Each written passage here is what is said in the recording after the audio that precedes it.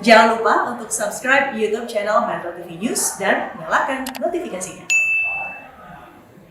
Bagaimana antisipasi dari pemerintah daerah Blitar untuk menekan angka kasus positif COVID-19 di Blitar? Kita terhubung dengan Bupati Blitar Rianto. Pak Rianto, selamat malam. Selamat malam Mbak Afi. Pak Rianto, pertama saya akan tanya data terlebih dahulu. Sejauh ini data terbarunya konfirmasi ada 3 desa yang diisolasi, saat ini ditemukan berapa kasus positif, Pak Rianto? Ya, jadi untuk Kabupaten Blitar memang beberapa hari kebelakang ini ada peningkatan kasus COVID-19 positif ya. Kemarin saya dapat laporan terakhir itu 96 orang.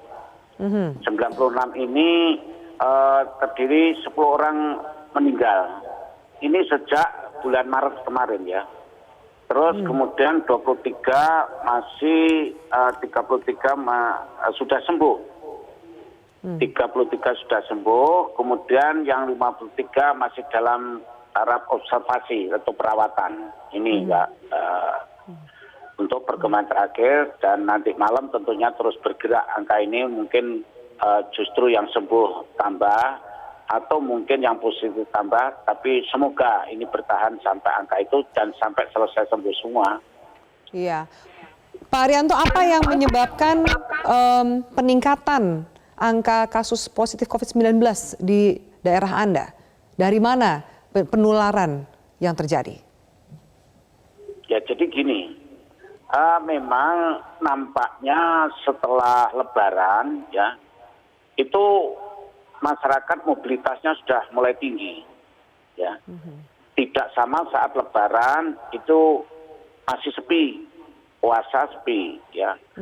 Checkpoint dari mulai tingkat kabupaten, kecamatan, desa, bahkan sampai RW/RT ketat sekali. Apalagi ada larangan mudik dari Presiden, itu terasa betul. Tetapi ada juga beberapa yang tetap ya melaksanakan mudik tanpa sepenangan kita. Nah, diimbangi dengan akhir-akhir ini mereka mobilitas sudah mulai tinggi, antar daerah, antar provinsi sudah mulai nampak sekali, sehingga kami ya merasakan untuk pemantauan secara ketat ini sangat kesulitan. Ya, ini yang menyebabkan. Apa kesulitannya, Pak Rianto maksud saya. Ya, jadi gini, pertama mereka yang mobilitasnya dari antar daerah ini kan sudah tinggi, ya. Otomatis ada dugaan mereka itu ada yang OTG, termasuk mungkin dari kota-kota besar yang sementara masih daerah pekat, daerah merah, dari Surabaya ada beberapa warga yang datang ke Blitar, atau sebaliknya orang Blitar sendiri datang ke Surabaya. Ini yang tentunya kita cermati seperti itu. Termasuk data yang masuk pada kami itu ada teman-teman kita yang kerja di Surabaya itu kena, ya akhirnya pulang. Ini ada juga.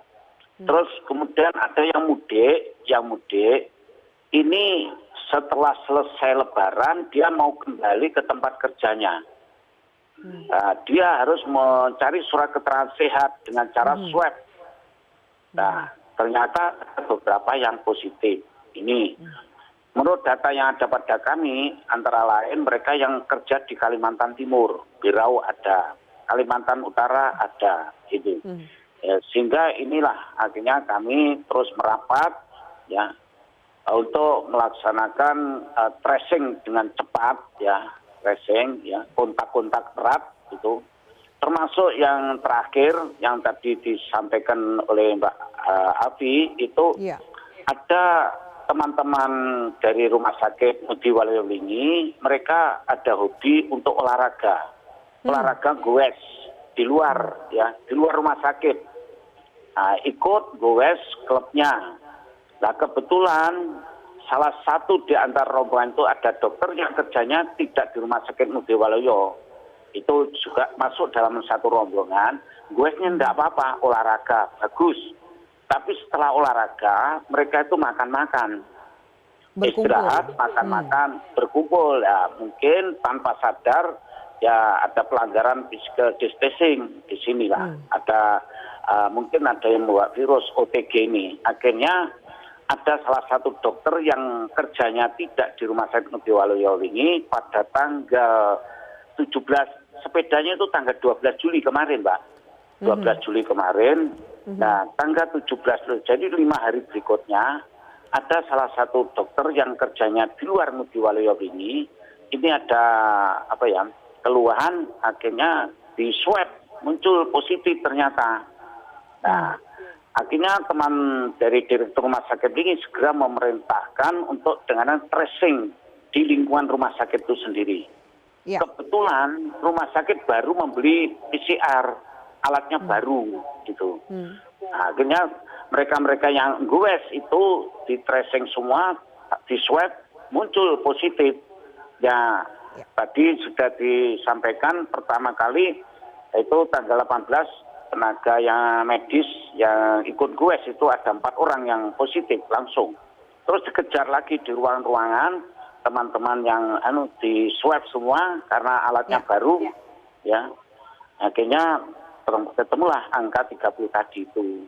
Yang terdiri Pak dari Rianto, dari kronologi yang tadi Anda jelaskan terkonfirmasi berarti tenaga kesehatan di RSUD Ngudi Waluyo ini positif COVID-19 bukan karena berkaitan dengan tugas, tapi karena bergabung dalam sebuah komunitas goes dan aktivitas dalam komunitas itu ya. Kita akan lanjutkan pembahasan ini, kita harus jeda dulu. Kita lanjutkan sesaat lagi pemirsa. Baik Pak Arianto, kita lanjutkan dialog kita. Pak Arianto, berarti dari kronologis yang Anda sampaikan, para petugas kesehatan di RSUD Ngudi Waluyo ini tertular positif COVID-19 bukan dari profesi mereka, melainkan dari aktivitas di komunitas sepeda atau komunitas goes mereka kan. Sejauh ini bagaimana pelayanan kesehatan yang juga berjalan di RSUD itu? Setelah itu ya Pak ya, perjalanan pelayanan setelah itu pun berjalan normal ya, berjalan baik ya, tidak terganggu karena ya tenaga kita kan berlapis ya banyak sekali gitu. Pak, ada safe house untuk pasien tanpa gejala yang disiapkan? Siapa saja yang bisa masuk, bagaimana prosedurnya Pak di Blitar? Ya, jadi begini, dari perkembangan waktu ke waktu, angka positif di daerah kita kan terus meningkat. Kami sebagai ketua gugus tugas langsung mengadakan evaluasi, ya, mengantisipasi kemungkinan yang terjadi. Kami menyiapkan ya rumah sakit umum Ngudi Waluyo ini sebagai rumah sakit rujukan. Terus kemudian untuk ya rumah observasi kita siapkan ada satu rumah sakit kita yang baru di Kecamatan Serengat yang belum diresmikan. Kemudian kita menyewa gedung, ya gedung yang biasa untuk pelatihan. Itu Local Education Center kita kontrak sampai bulan Desember. Itu. Terus kemudian juga ada satu puskesmas yang kita manfaatkan untuk itu. Jadi kita menyiapkan tempat itu rumah sakit umum Ngudi Waluyo ini, kemudian LEC, Local Education Center, rumah sakit Serengat, dan puskesmas Sutojan. Itu yang kita pakai. Yang disiapkan. Terus baik, Pak Rianto, ya. Terakhir adakah dimulai rencana untuk penerapan denda atau sanksi sosial? Sudah beberapa daerah lain menerapkan denda ini dan dirasa efektif. Apakah Anda juga akan menerapkan sistem denda dan sanksi sosial untuk menekan angka penularan di daerah Anda? Ya, jadi begini Mbak Abi, untuk menekan itu pun kami sudah mengeluarkan peraturan bupati. Ya, ini sudah dalam proses sosialisasi dan mulai kemarin sudah kita terapkan untuk peraturan bupati itu, peraturan bupati nomor 40 tahun 2020. Ya, di mana mereka-mereka yang melanggar ketentuan protokol kesehatan itu kita kenai ya sanksi-sanksi, antara lain kalau itu lokasi wisata misalnya kita adakan peringatan tertulis, kemudian kalau terus melanggar akhirnya kita tutup. Kemudian kalau mungkin masyarakat yang melanggar tidak pakai masker lah contoh, ini kita peringatkan, langsung kita berikan sanksi sosial. Kita suruh membersihkan tempat-tempat umum sampai mengucapkan Pancasila. Kalau itu ucapan Pancasila nggak hafal, ya tentunya ada yang lebih berat lagi, mungkin saya suruh lari atau push up. Baik. Pak Rianto, Bupati Blitar, terima kasih. Semoga berbagai upaya yang Anda lakukan bisa efektif untuk menekan penularan COVID-19 di daerah Anda. Terima kasih atas waktunya di Prime Time News.